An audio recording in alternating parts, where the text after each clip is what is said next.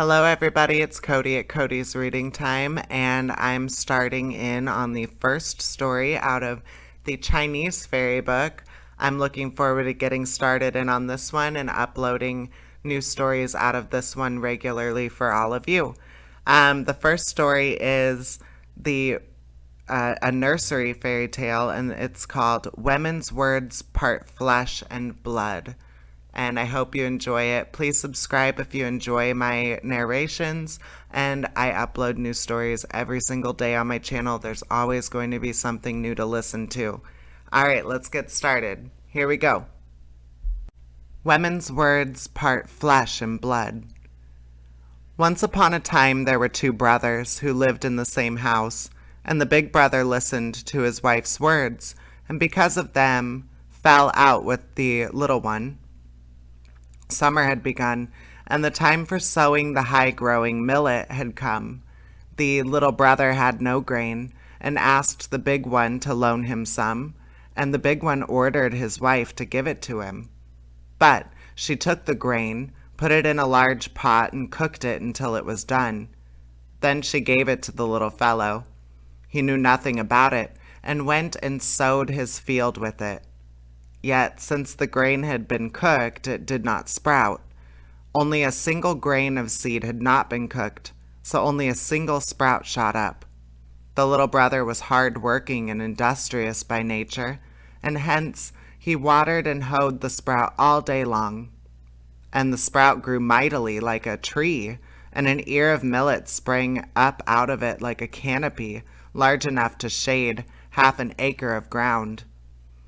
In the fall, the ear was ripe. Then the little brother took his axe and chopped it down. But no sooner had the ear fallen to the ground than an enormous rock came rushing down. It took the ear in its beak and flew away. The little brother ran after him as far as the shore of the sea. Then the bird turned and spoke to him like a human being as follows.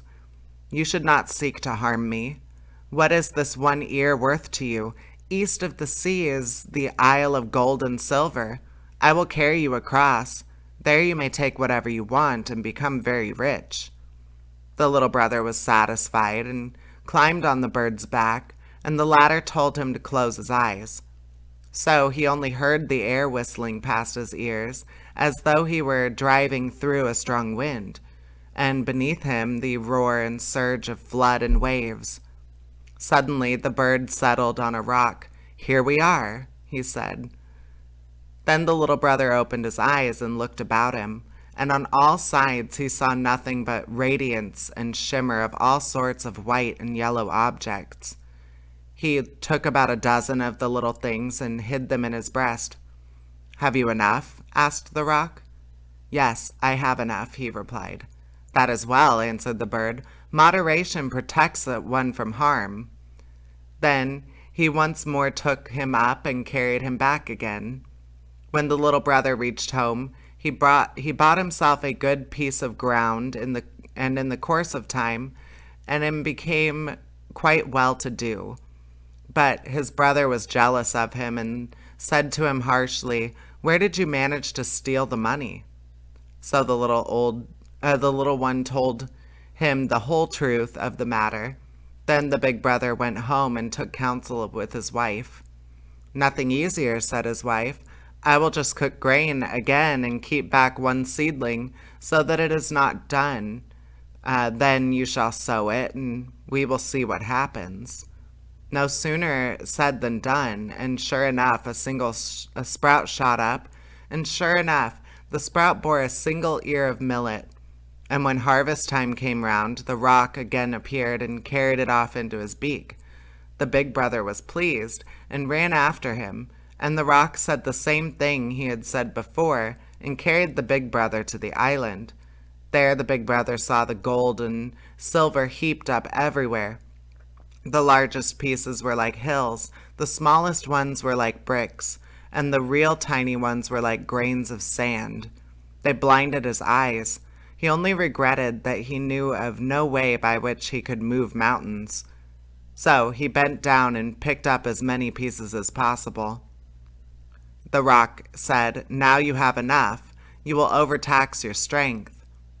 "Have patience but a little while longer," said the big brother.